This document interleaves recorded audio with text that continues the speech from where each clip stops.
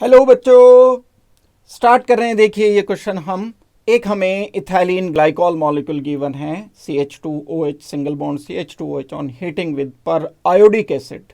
ये पर iodic acid के साथ हमने इसको हीट कर दिया तो क्या मिलेगा हमें? दो कार्बन डाइऑक्साइड के मॉलिक्यूल मिलेंगे, या दो फॉर्मिक एसिड के मॉलिक्यूल मिलेंगे, या दो ग्लाइऑक्सल के मॉलिक्यूल मिलेंगे।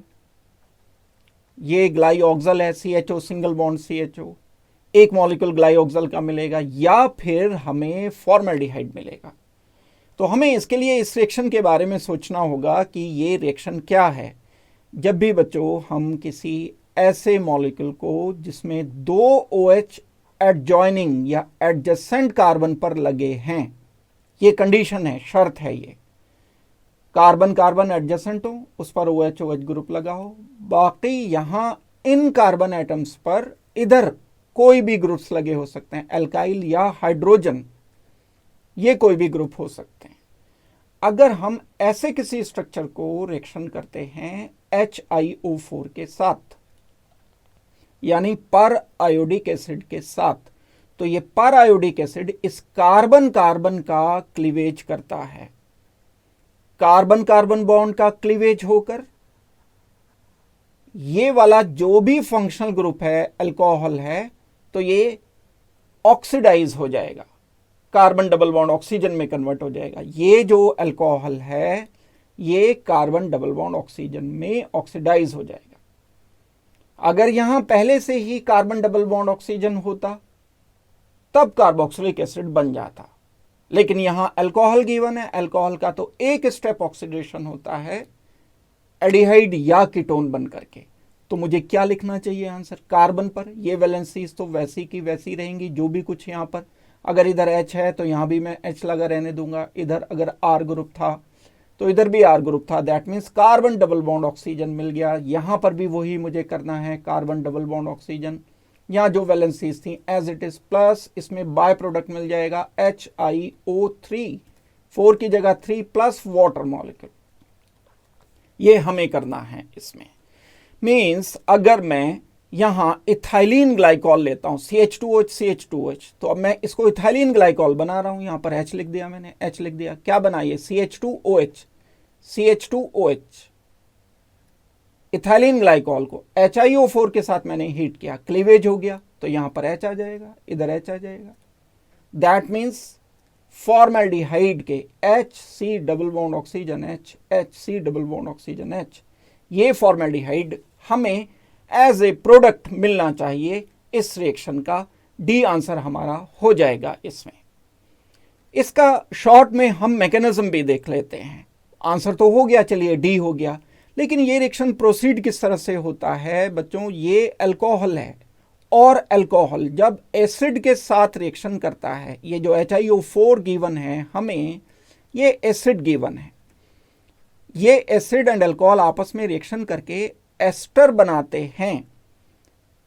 कोई भी एसिड किसी अल्कोहल से जब रिएक्शन करेगा तो फॉर्मेशन होती है एक एस्टर की।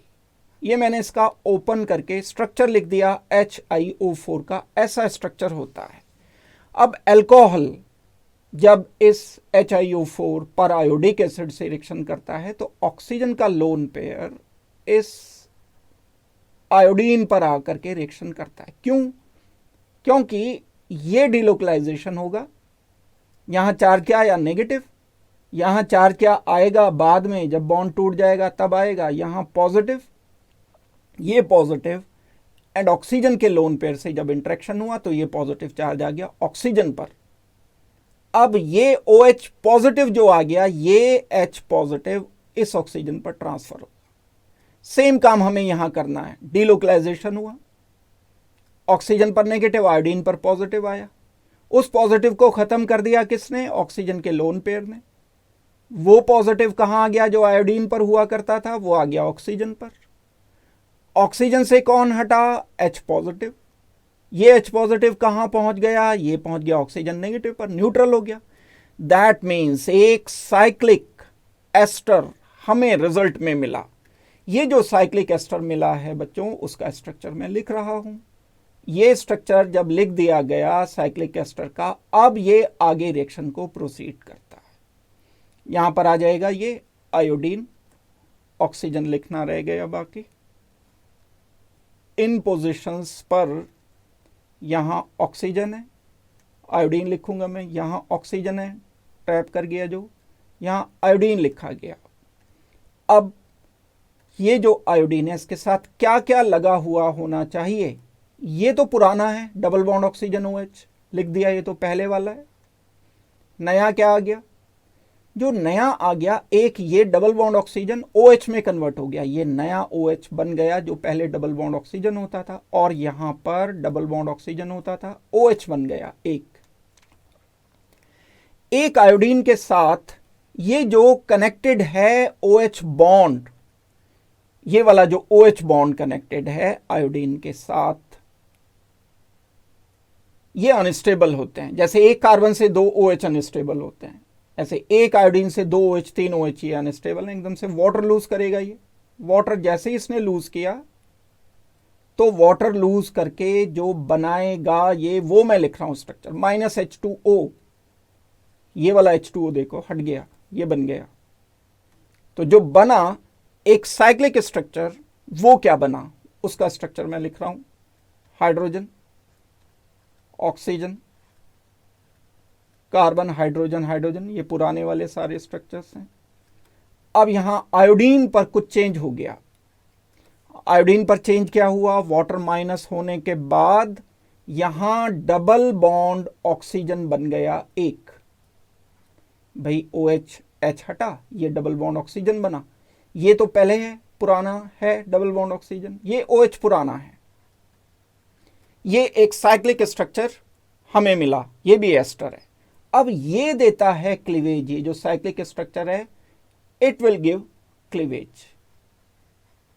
जब हम इसको हीट करते हैं तो ये क्लीवेज दे करके HiO3 बनाएगा एंड साथ में बनाएगा फॉर्मेल्डिहाइड।